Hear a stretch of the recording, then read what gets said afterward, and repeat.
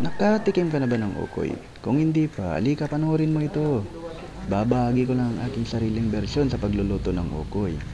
Napakasarap pala nito lalo na kung masarap ang iyong sausawa na aking ding ibabahagi mamaya sa bandang ulian. So ito, tinanggal ko lang muna ang mga balat ng hipon at hinugasan ko lang ng konti.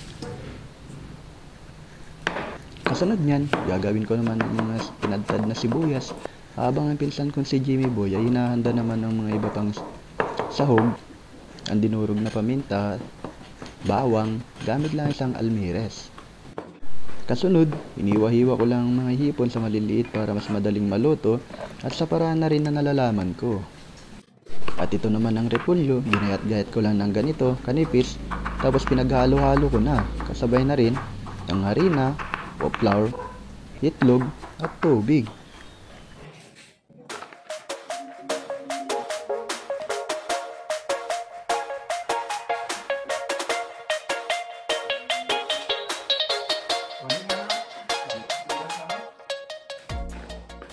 Naisip ko para may kulang, kaya naman kumuha ako ng dahon ng kutsay na aking tanim sa aking bakuran. Nakakadagdag pala ito pampabango, hindi lang sa dito sa ukoy, kundi pwede din sa pritong itlog at iba pa kagaya ng adobo. At dahil kompleto na ang mixture, ano pa ba? Pritoy na natin yan!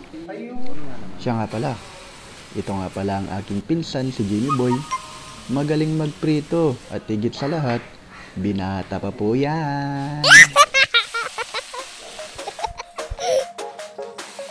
Yan, dapat galingan. Yan.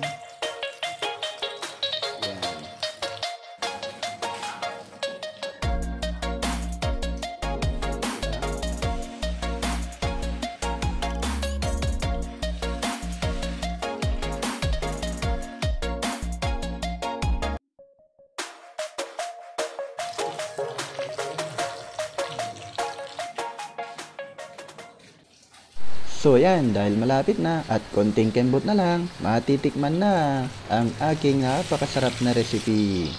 Ang okoy! At ito na, gagawin ko na ang the best partner ng hawsawan. Ang suka na may sibuyas at sili na may kunting asukal lang naman. Yan, halo-halo lang ng konti.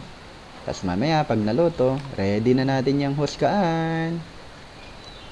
Ito na yung pinakamalaki oh. Tsaka pinakagwapong ano, laki ng katawan. Ay siya. Yahoo! Luto na ang aking ukoy. Kainan na!